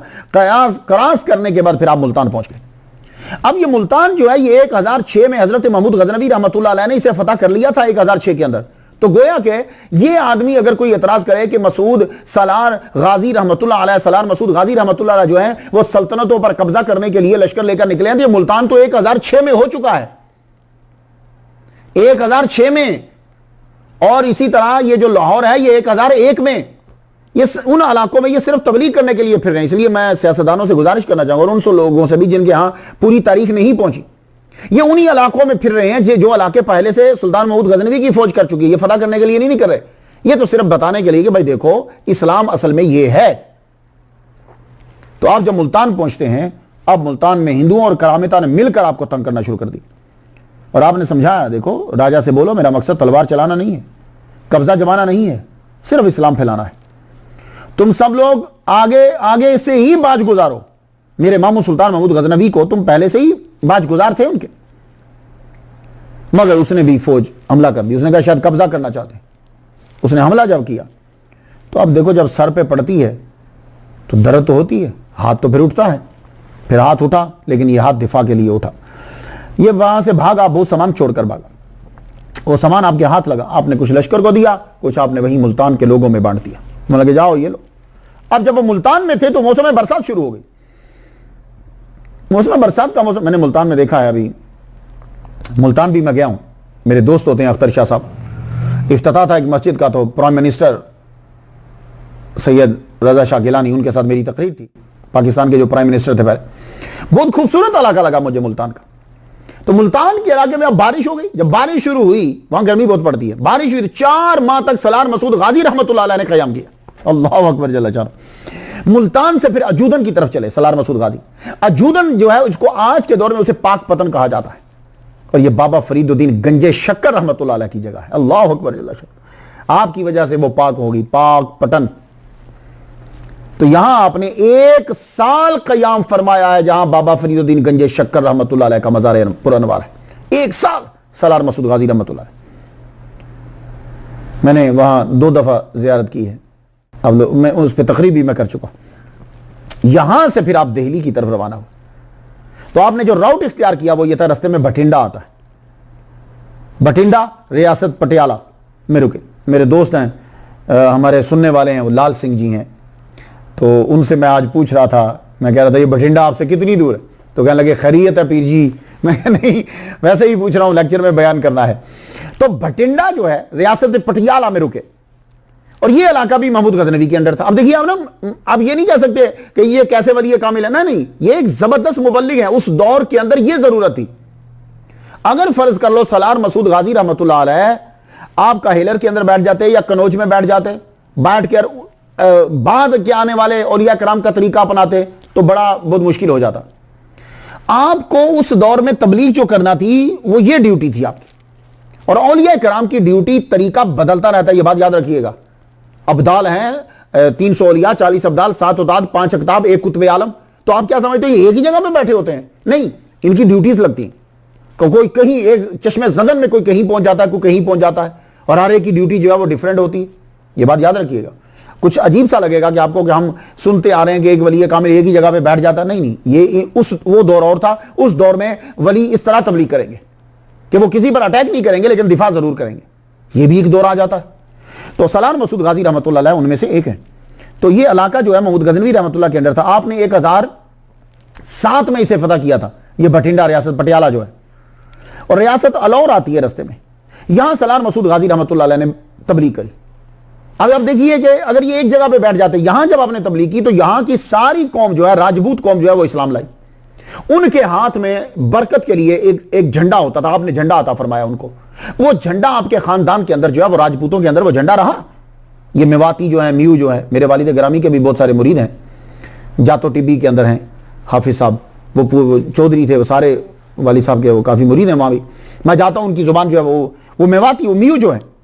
तो इस कौम के पास सलार मसूद गाजी रहमतुल्लाह अलैह का झंडा होता था बतौर तबरुक। और यहां बहुत से इलाका जो है वो आपसे मौसूब है, आपकी निस्बत से। सालारपुर, थाना गाजी, ऐसे इलाके हैं रस्ते में। सुल्तान महमूद गजनवी रहमतुल्लाह अलैह का विसाल की खबर जो आई रस्ते में, आप जब तबलीग करने के लिए जा रहे हैं तो 421 हिजरी में आपको इतला मिली कि सुल्तान महमूद गजनवी रहमतुल्लाह अलैह का विसाल हो गया, आपके मामू का विसाल हो। हिंदुस्तान के राजाओं को तो बड़ी खुशी हुई।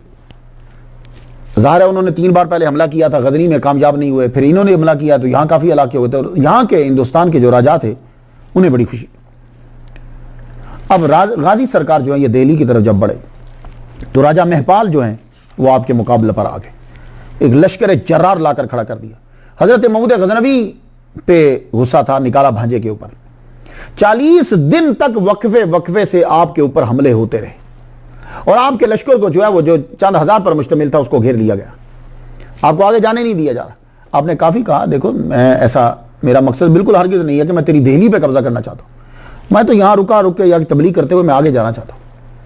और ये इलाके जो हैं ये मेरे मामू के कब्जे में थे, उन्होंने फतह किए, तुम उनके बाज गुजार थे।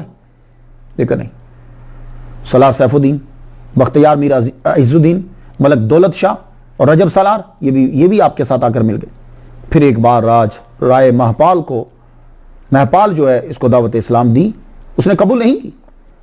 आपने फरमाया मुझे तेरी सल्तनत से कोई सरकार नहीं है, लेकिन वो ना माना, फौज उसने नहीं हटाई। अब जब एक रात आप अशरफ मलिक से मशवरा कर रहे थे कि राय गोपाल ने चुपके से गुर्ज का हमला कर दिया। उसने गुर्ज से जब हमला किया तो आपके यूं नाक पर आके वो गुर्ज लगी और ये सामने के दांत जो है वो टूट गए। तो यहां दांत के ऊपर जो है वो चोट आई, नाक मुबारक जख्मी हुआ। अल्लाह अकबर जल्ला शान। तो अशरफुल मलक जो हैं उन्होंने पलट कर जो राय गोपाल पर जब वार किया तो गर्दन काट के रख दी उसकी। लड़ाई शुरू होगी। राजा की फौज तो लाखों तक पहुंचती थी, आपके पास चंद हजार थे। मीर इज़्ज़ुद्दीन जो है वो शहीद हो गए। फिर जो सलार मसूद गाजी ने हमला किया, जम के किया, राजा श्रीपाल, राजा महपाल कत्ल हुए। दिल्ली में आपने 6 माह 16 दिन जम के तबलीग की। मीर इज़्ज़ुद्दीन शहीद रहमतुल्लाह अलैह का दिल्ली में मजार बनाया आपने। अमीर बायज़ीद जाफर को 300 सवार देकर वहां मुकर्रर किया और कहा जरूरत पड़े तो मजीद मुलाजम रख लेना और तबलीग करो, तुम्हारी जात से किसी को नुकसान नहीं पहुंचना चाहिए, बस। हाँ, दिफा होता है। तो एक बात याद रखिएगा, जितने भी लोग हैं दुनिया के अंदर, कोई ऐसा आदमी नहीं वो किसी भी मजहब से ताल्लुक रखता हो, मैं उससे पूछता हूं कि अगर तुम्हारे ऊपर कोई हमला करे तो तुम क्या कहते?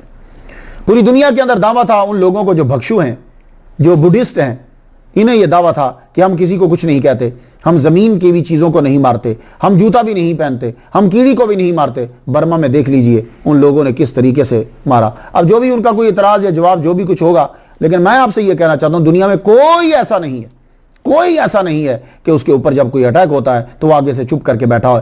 हालांकि ईसा अलैहिस्सलाम की तालीम क्या है कि कोई तुम्हारे मुंह के ऊपर तमाचा मारे तो दूसरी गाल आगे कर दो, और तुम्हें कोई 1 मील खींचे तो तुम 1 मील तक खुद घिसटते हुए चले जाओ। क्या उनके मानने वाले भी इसके ऊपर अमल कर रहे हैं? हरगिज नहीं कर रहे, कहीं नहीं है। हाँ, मीडिया की अपनी बादशाहत है, यह बात याद रखिएगा। तो जब इतराज किसी पर अटैक होता है तो मैं इतना पूछना चाहूंगा सब लोगों से कहीं में, कि जब आप पर अटैक होता है तो फिर बताइए कि आपका लॉ क्या कहता है, आपके मुल्क का और आपके मजहब का लॉ क्या कहता है। जब आपकी चीजों को छीना जाता है तो फिर आपका क्या कहता है, देखिए। और वैसे किसी आदमी को मारना या किसी आदमी को तकलीफ देना, यह इस्लाम के अंदर सरासर ज्यादती और जुल्म है और अल्लाह ताला पसंद हरगिज नहीं करता। वो दुनिया के जिसने यह कहा कि जंग और मोहब्बत में हर चीज जायज होती है, उसी इस्लाम के अंदर एक हुक्म है कि जब जंग हो रही हो, इन्नल्लाह ला युहिब्बुल मुअतदीन, हद से मत बढ़ना, हद से बढ़ने वालों को अल्लाह पसंद नहीं करता। ये ऐन जंग के अंदर भी ये ऑर्डर हमें आ रहा है, जबकि पूरी दुनिया में बाकी में यह कि जंग और मोहब्बत में सब जायज है। हमारे यहां ऐसा नहीं है। हमारे यहां ना मोहब्बत में सब जायज है, ना हमारे यहां जंग में सब जायज है। हमारे यहां हर चीज एक लिमिटेशन होती है, एक हद होती है, उस हद को क्रॉस नहीं करना था। तो आप पर जब हमला हुआ, आप आगे बढ़े। अब वहां से दिल्ली से मेरठ की जब रवाना, दिल्ली से आप मेरठ रवाना हुए, वहां का राजा आपके मामू का दोस्त था, उसने आपकी आमद पर खुशी मनाई और तहाइफ दी आपको। आपने फरमाया मुझे तो सिर्फ यहां रहकर तबलीग करना है, थोड़ा अरसा रुकूंगा फिर तबलीग के लिए आगे बढ़ जाऊंगा, मुझे तुम्हारी सल्तनत से न तहाइफ से कोई गरज नहीं है। तो सुल्तान कुतुबुद्दीन ऐबक ने 1194 ईस्वी में सलार मसूद गाजी रहमतुल्लाह अलैह की याद में मेरठ के अंदर मैदान में एक आलीशान गुंबद बनवाया था। आपने जहां जहां तबलीग की, कई इलाकों में यादगारें हैं, आपसे मंसूब है। मुरादाबाद के कुर्बो जवार में कई इलाके, मुरादाबाद हमारे उस्ताद मोहतरम सैयद नईमुद्दीन मुरादाबादी, जिनकी वजह से पूरी दुनिया में लोग नईमी कहलवाते हैं। नईम है ना, नाइम, उसकी वजह से नईमी कहलवाते। मुरादाबाद के कुर्बो जवार में कई इलाके आपकी तरफ मंसूब है। और मेरठ इस वजह से भी पूरी दुनिया में मशहूर है कि वहां एक अजीम हस्ती आला हजरत अजीमुल बरकत शाह रज़ा खां बरेलवी रहमतुल्लाह अलैह के खलीफा, आपके शागिर्द, एक दुनिया का अजीम स्कॉलर मुबल्लिग हजरत अल्लामा मौलाना अब्दुल अली मेरठी सिद्दीकी रहमतुल्लाह अलैह, जो शाह मदरानी रहमतुल्लाह के वालिद गिरामी। तो मुख्तलिफ इलाकों से होते हुए सलार मसूद गाजी रहमतुल्लाह अलैह तबलीग करते हुए, क़याम करते हुए जिला बाराबंकी पहुंच गए। आपको यह जगह पसंद आ गई। अभी कुछ रोज ही गुजरे होंगे कि राजा कड़ और राजा मानिकपुर से कासिद आया, आप यहां से कूच कर जाओ, वरना हम राजा ऑफ बहराइच के साथ मिलकर आपको मिटा के रख देंगे। आपने फरमाया अल्लाहुम्मा मालिकल मुल्क तुतिल मुल्क मन तशाओ, भाई मुल्क तो अल्लाह ताला जिसे चाहता अता करता है, मुझे तुम्हारी जमीनों से कोई गरज ही नहीं, सरोकारी नहीं,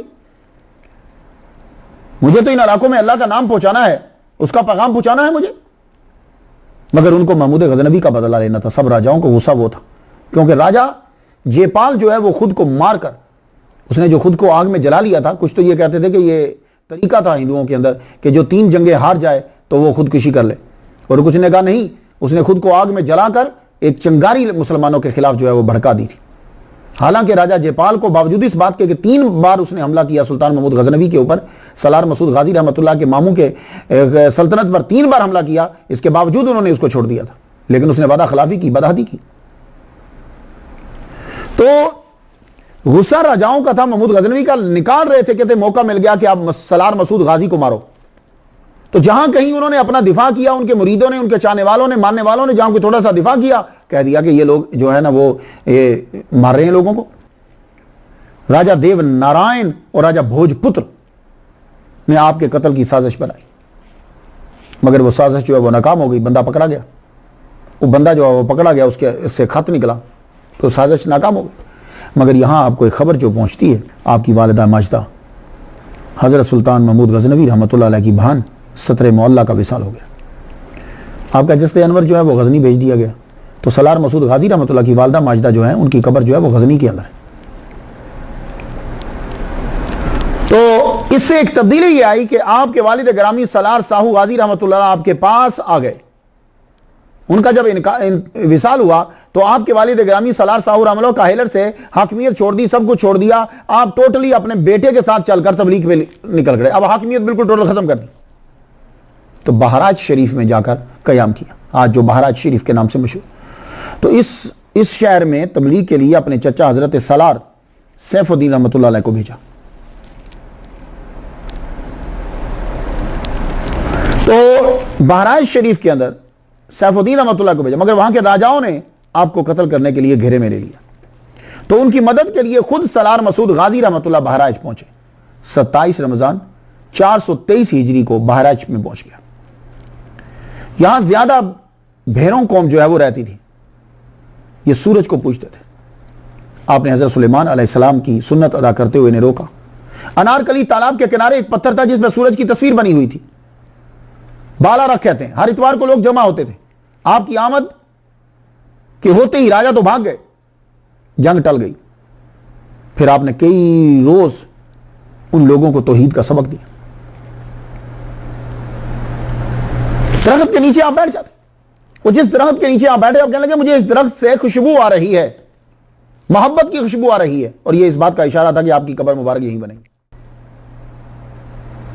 तो लोग वहां जो आते, वो एक बहुत बड़ा पत्थर था, सूरज की पूजा करने। आप उसे बता देखो ये सूरज, ये जो सूरज है ये अल्लाह की मखलूक है, ये उसके हुक्म से चलता है, ये रुकेगा नहीं। तो जब ये रुक नहीं रहा तो इसको कोई हरकत दे रहा है। जब हरकत दे रहा है तो वो बड़ा हो ना जो इसको हरकत दे रहा है। ये तो नहीं बड़ा, इसको क्यों पूछते हो? और कयामत के दिन ये सूरज ये भी खत्म हो जाएगा। इज़ा शम्स कुव्विरत व इज़ा नजूमुन कदरत व इज़ा जिबालु सुय्यिरत व इज़ा इशारु उत्तिलत व इज़ा वहुशु हुशिरत। अब वहां बैठकर अनारकली तालाब पे तबलीग कर रहे हैं उनको। कई लोग इस्लाम उन्होंने कबूल की। चंद हफ्तों के बाद आपको बहराइच में यह खबर पहुंची कि आपके वालिद ग्रामी हजरत सलार साहू का विसाल हो गया। 1032 में आपके वालिद ग्रामी को सतरख में दफना दिया गया। आपने अब मुस्तकिल बहराइच में अपना ठिकाना बना लिया। एक रोज में आपको कई राजाओं का पैगाम मिला कि आप ये जगह छोड़ दो वरना हम आपको न छोड़ेंगे। आपने उसकी तरफ कोई ध्यान नहीं दिया, दरख्त के नीचे इबादत में मसरूफ हो गए। झाड़ियाँ कटवा दी आपने, खूबसूरत मस्जिद बनवाई, मस्जिद के इर्द गिर्द बाग बनाया ताकि लोग बैठें, मस्जिद की खूबसूरती में इजाफा हो। और 21 से ज़्यादा राजाओं ने जो गुजरात में सुल्तान महमूद गजनवी को ना हरा सके, पेशावर में ना हरा सके, आज उनके भांजे को हराने के लिए इकट्ठे हुए 21 राजा। और ये जो सलार मसूद गाजी रहमतुल्लाह पर हमला है, ये हमला मामू की वजह से, गुस्सा उन पर था, निकाला बिस्तर, ताकत सियासत सब मिल गए, भरपूर हमला। इस हमले में आपके कई साथी शहीद हुए। आप हैरान हो जाएंगे कि सुल्तान महमूद गजनवी के भांजे को शहीद करने के लिए मजहब के नाम पर चंदा और बंदा इकट्ठा किया गया। बहराइच में जो जंग हुई है मामूली नहीं हुई। यूं ही समझ लीजिए कि एक बहुत बड़े बादशाह को मारने के लिए, जैसे सुल्तान महमूद गजनवी को गजनी के अंदर जाकर राजा जयपाल ने जो है वो मारने की कोशिश करी, इतना बड़ा लश्कर। और ऐलान कर दिया गया कि कोई मर्द घर में नहीं रहेगा, एक रहेगा बस जाके घर को संभालने के लिए, और औरतें अपने जेवरात दे दें, चांदी सोना सब कुछ दे दिए। अब राजाओं की तरफ से हमला हुआ, आपने दिफा किया। हजरत अमीर नसरुल्लाह ये आपकी बाईं तरफ थे, हमला शुरू हुआ, ये भी शहीद हो गए। इनका मज़ार जो है वो बहराइच से 12 मील दूर है। हजरत रजब सलार, इनका ये बहराइच से 3 माइल्स दूर है, इनको भी शहीद कर दिया। अब वहां पीर हटेला के नाम से आप मशहूर है। बहराइच से 7 फरलांग के फासले पर हजरत सलार सैफुद्दीन रहमतुल्लाह अलैह का मज़ार है। जोहर के बाद सलार मसूद गाजी रहमतुल्लाह अलैह ने शुहदा की नमाज अदा की और दफनाया, और फरमाया सुनो, एक दिन इन शुहदा के अजसाद की वजह से इस्लाम की रोशनी आएगी। 14 रजब को कुरान पढ़ते हुए मैदान में दाखिल हुए। हजरत सिकंदर दीवाना आपके साथ है, और आपका वो वफादार कुत्ता के जो अस्तबल में रहता था, वो कुत्ता भी वो साथ, पता नहीं अब ये सारे साथ क्यों चल। आपने अपनी वफादार घोड़ी पे आप खुद सवार हुए, और आपकी मौजूदगी में हमला शदीद हुआ, फौज के पांव उखड़े, आपके जस्ते अनवर पर काफी जख्म आ चुके थे। आप कुछ देर सस्ताने के लिए दरख्त के नीचे बैठे, तो राजा सहरदेव ने छुप कर जो तीर मारा, तो आप दरख्त के नीचे उसी पे, जो कहा था ना, मोहब्बत से खुशबू, मोहब्बत की खुशबू आती, बैठे हुए, और सिकंदर दीवाना यहाँ साथ बैठे हुए, तो जख्म काफी आ चुके हैं, अब बैठे, उसने तीर का जो वार किया तो तीर यहां से निकलता हुआ यहां से निकल गया, बिल्कुल वही जैसे मैदान करबला के अंदर हजरत अली अस्कर के गले में तीर मारा था ना, तो यहां से क्रॉस करता हुआ यहां से निकल गया था, यही हाल। और आप एकदम से नीचे जब गिरे तो सर आपका सिकंदर दीवाना रहमतुल्लाह अलैह की गोद में। हाय हाय ला इलाहा इल्लल्लाह मुहम्मदुर रसूलुल्लाह जब जोर लगा के कलमा पड़ा तो खून तेजी से निकला, और यह खून रब ताला को बड़ा अजीज, जान आपने अल्लाह के हवाले कर दी। हर तरफ से राजाओं ने फिर जब जान लिया कि आप शहीद हो गए, तो तीरों की बुछाड़ कर दी, तीरों की बुछाड़ की। सिकंदर दीवाना भी वहीं शहीद हो गए, घोड़ी भी शहीद हो गई, वो भी अल्लाह की राह में कुर्बान हो। तो आज मीडिया के दौर में लफ्ज़ जिहाद को बदनाम किया जाता है। जिहाद इस्लाम के अंदर सिर्फ तलवार उठाना नहीं है, ये बात सब सुन लीजिए गौर से। जिहाद क्या है? जिहाद का माना होता है कोशिश करना। तो मेरे नजदीक अल्लाह ताला के अहकामात पर अमल करने के लिए हालात को हमवार करना, फिर गौर से सुन लीजिए, मैं बार बार कह रहा हूं, लोगों ने सिर्फ समझा कि ये तलवार उठाना, कत्ल करना, मार देना, ये तो सारे मजहबों में है, कोई आकर सामने आकर खड़ा कह दे कि हम कत्ल नहीं कर रहे या मार नहीं रहे। लेकिन इस्लाम के अंदर क्या है? फिर सुनिए, अल्लाह ताला के अहकामात पर अमल करने के लिए हालात को हमवार करना, इस मकसद के लिए जब आप कोशिश करते हैं तो वो जिहाद कहलाता है। और इसकी अब कई अक़साम है। हजरत अब्बास फरमाते हैं कि अल्लाह की राह में कोशिश करना जिहाद है। हजरत जुनैद बगदादी फरमाते हैं तौबा में कोशिश करना जिहाद है, कि आदमी तौबा करे, अपने गुनाहों की माफी मांगे। हजरत फुज़ैल फरमाते हैं कि हुसूल इल्म में कोशिश करना जिहाद है। और बुखारी शरीफ में है, हजूर सल्लल्लाहु अलैहि वसल्लम ने एक औरत से कहा कि तुम्हारा हज पे जाना यह जिहाद है, तो हज जिहाद हुआ। अबू दाऊद और तिर्मिज़ी शरीफ में एक शख्स जो यमन से आए थे कि या रसूलल्लाह मैं लड़ना चाहता हूं, तलवार चलाना चाहता हूं। आपने फरमाया तेरी अम्मी और अबू जिंदा है? अर्ज की या रसूलल्लाह। फरमाया कि जा वापस जाके उनकी खिदमत करते रहा, यही जिहाद है। तो मां बाप की खिदमत करना यह जिहाद। और एक जगह हुजूर सल्लल्लाहु अलैहि वसल्लम ने फरमाया इन्ना आज़मल जिहाद कलिमतु अदलिन इंद सुल्तान जाहिर, खतरनाक मौके के पर सच्ची बात को कह देना यह भी जिहाद है।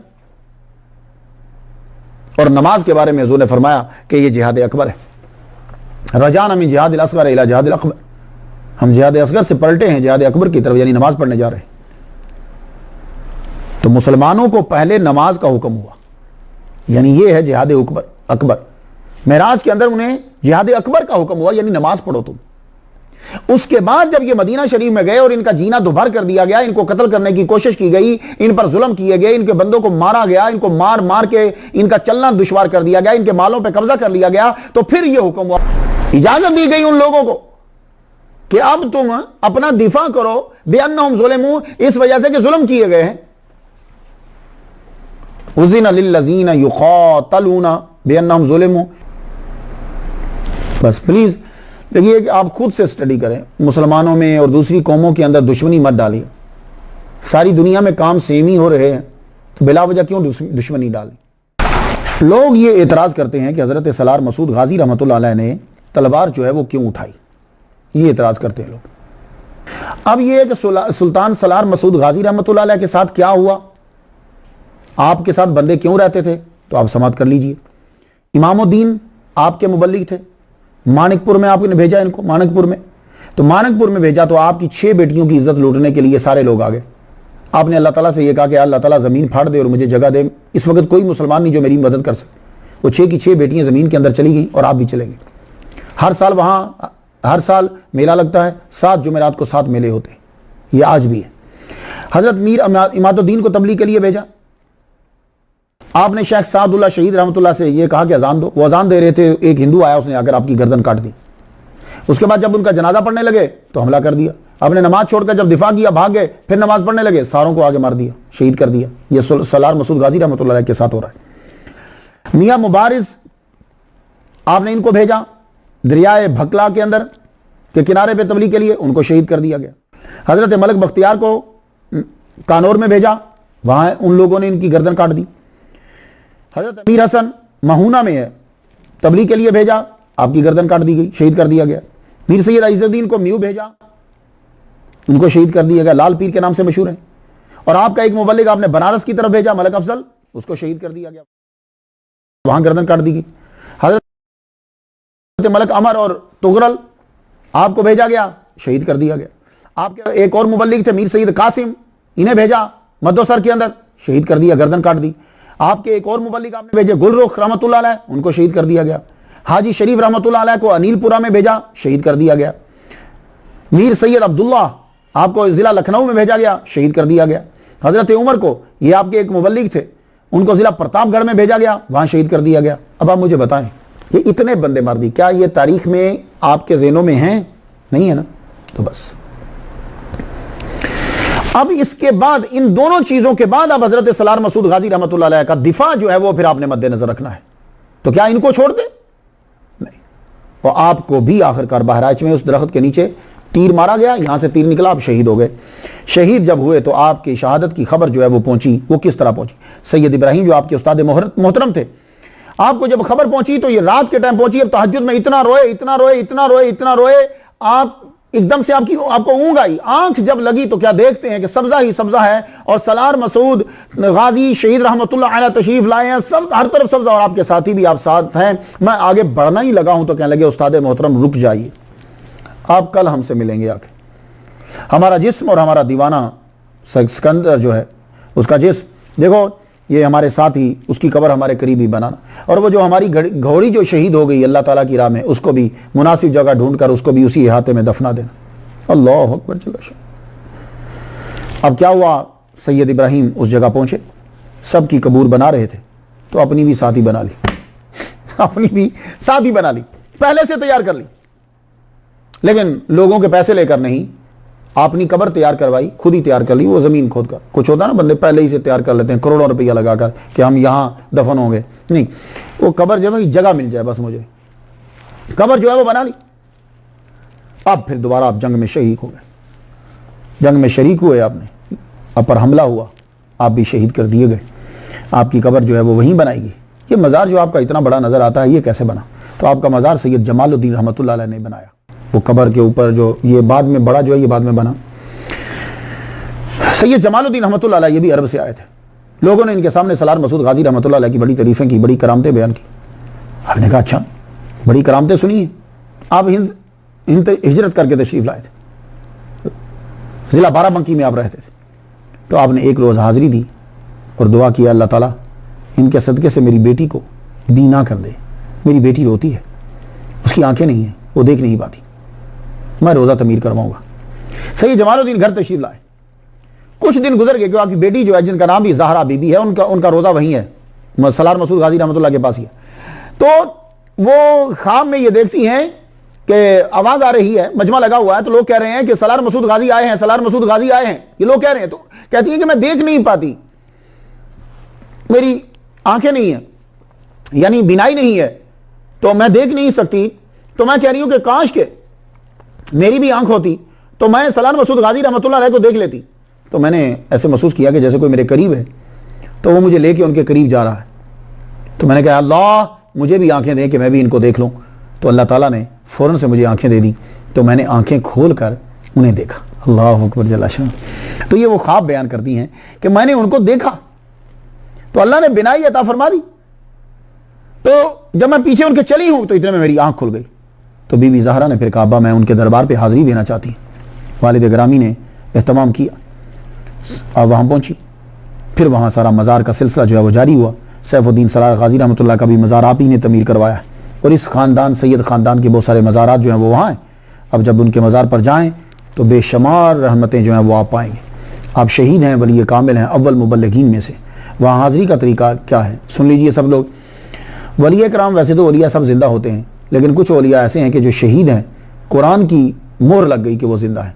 तो जब आप सलार मसूद गाजी रहमतुल्लाह अलैह की कब्र पर हाजिरी दो तो प्लीज़ और ज़्यादा मोहतात हो जाओ, क्योंकि वो शहीद हैं। और शहीद के बारे में कुरान ये कहता है कि शहीद जिंदा है, बल अहयाउन वलाकिन ला तशऊरून, लेकिन तुम जानते नहीं। इसलिए किसी और वली के बारे में कोई कहे कि जिंदा नहीं या नहीं, गुफ्तगू शायद तूल पकड़ जाए, लेकिन ये वाहिद वली कामिल है कि जिसके बारे में अगर कोई कहे कि वो जिंदा नहीं है अपनी कब्र में, तो गुफ्तगू तूल नहीं पकड़ेगी। आयत पढ़ दीजिएगा, मुनकर इनकार करने वाला खुद ही काफिर हो जाएगा, क्योंकि वो कुरान का इनकार करेगा।